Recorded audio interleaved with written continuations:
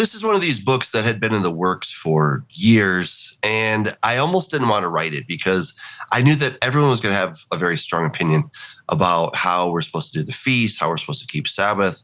But I thought, I need to have something that I can share with my community as to what this actually looks like.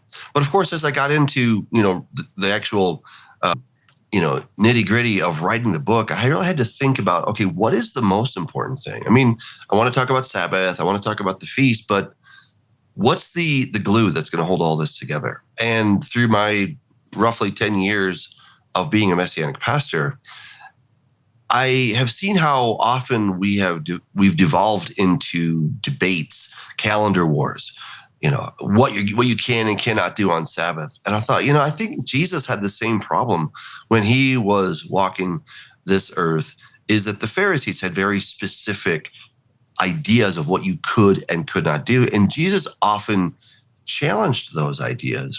And it seems like it always came back to this one thing. It was about love, right? It was about love. And at one point, he even rebukes the Pharisees for tithing their anise, cumin, and mint, but forgetting the weightier matters of the law. And he said, you should have done these without leaving the former undone. So this is where our Sunday brethren, they kind of miss the boat because they say, oh, none of that stuff matters. And Jesus says, no, it does matter. Tithing your anise, cumin, mint, there's significance to that. But we also don't want to focus so much on that we miss the weightier matters of the law. And so this book is really my attempt to say, these are more invitations, less obligations. But what happens is, when somebody discovers Torah, they become that Torah terrorist. And then before you know it, these are obligations. And if you don't do it right, God is going to, just kind of throw you out. So what I did is I went through starting with the Sabbath, and then, of course, the 7 feasts, and just showing that these are invitations from God to spend time with him. It's like if you're working at a company and they say, hey, we're going to have a company party next week. Everybody's invited. You don't have to go, but goodness, I mean, they're buying all the food. Maybe they got free drinks. I don't know.